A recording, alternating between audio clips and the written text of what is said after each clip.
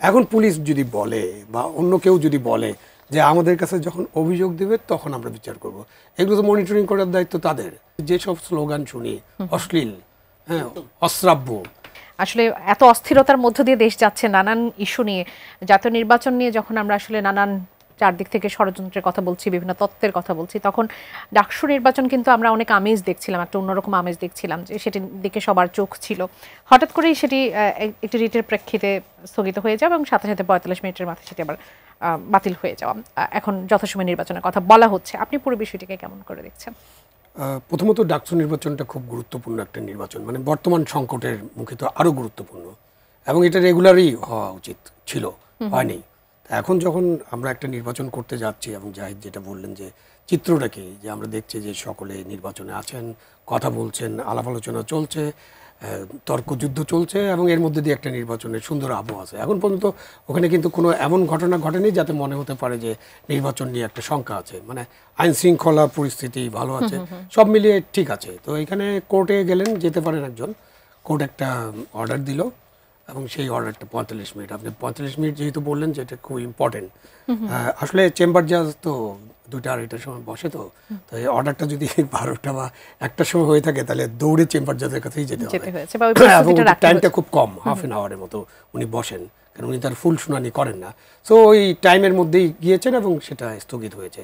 এখন যেটা হতে পারে যে আপনি আপিল করতে পারেন, আবার এই আদেশের বিরুদ্ধে পূর্ণাঙ্গ বেঞ্চে আপিল হবে, আপিল শুনানি হবে, এবং আমাদের হাতে যেহেতু সময় আছে তখন ওই শুনানির মধ্যে দিয়ে এটা নিষ্পত্তি হবে, অথবা নির্বাচন বন্ধ হয়ে যেতে পারে যদি আমাদের টপ জাজেরা মনে করেন যে না, নির্বাচনটা বন্ধ হওয়াই উত্তম।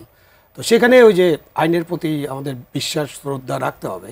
যেসব মন্তব্য জাহিদ বললেন, আসলে এগুলো খুবই, কি বলবো, এইসব নিয়ে আলোচনা করার, বিশেষ করে আমরা শিক্ষাঙ্গনে আসলে এই ধরনের পরিবেশ চাই না, বা এই ধরনের প্র্যাকটিস চাই না। কারণ হলো যে যেসব স্লোগান শুনি অশ্লীল, হ্যাঁ, অশ্রাব্য, মানে কি, মানে রাজনীতি, জাহিদ রাজনীতিতে ছিলেন, আমি তার সিনিয়র, স্বাভাবিকভাবে আমিও রাজনীতিতে ছিলাম, আমরাও স্লোগান দিয়েছি, আমাদের মধ্যে অ্যাগ্রেশন ছিল না এরকম নয়, ধাক্কাধাক্কি হয়েছে, টিকে থাকার চেষ্টা করেছে, যারা শাসক দল ছিলেন তারা বাধা দেওয়ার চেষ্টা করেছে। বাট এই যে এখন যে রাজনীতি বা এখন যেরকম কথাবার্তা এবং ফেসবুক, মানে এই সামাজিক মাধ্যমগুলোতে যে ধরনের স্বাধীনতা, দেশের কোনো আইন টাইন আছে বলে তো মনে হয় না। আমি একদম তার সাথে একমত, যদি ফেসবুক থেকে আইডেন্টিফাই করা যায়।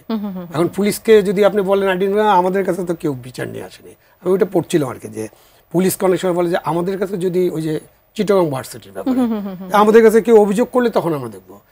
আপনার সামনে ভিডিও এভিডেন্স আছে, এবং 1872 সালে যে সাক্ষ্য আইন ছিল 2022 সালে পরিবর্তন করা হয়েছে, এবং ভিডিও এভিডেন্সের ভিত্তিতে কিন্তু আবরার হত্যা মামলা, আরও বেশ কয়েকটা মামলার রায়ও হয়েছে, এবং পুলিশের কাছে ভিডিও এভিডেন্স নিয়ে যান যদি আপনি, এটা গ্রহণযোগ্য।